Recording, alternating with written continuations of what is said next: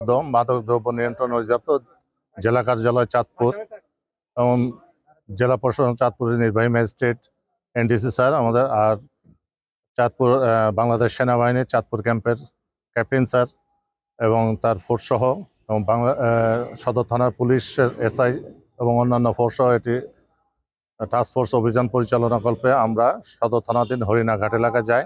একটা গোপন সংবাদ পাই যে কুমিল্লা থেকে বুড়িচং থেকে আমাদের ঢাকা মেট্রো গ 143736 একটি প্রাইভেট কার করে বিপুল পরিমাণ গাঁজা নিয়ে আসতেছে এবং এই গাঁজাটা হরিণা ফেরিঘাট দিয়ে খুলনা যাবে।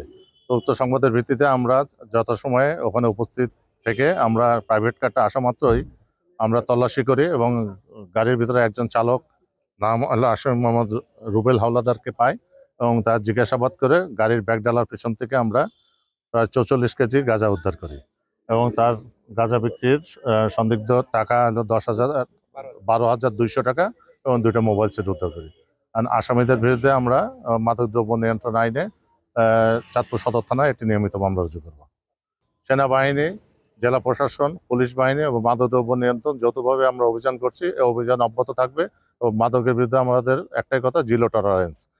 মাদক যেই বিক্রি করুক আমরা তাদের ছাড় দেব না, মাদক আমরা মুক্ত করে ছাড়বো ইনশাল্লাহ।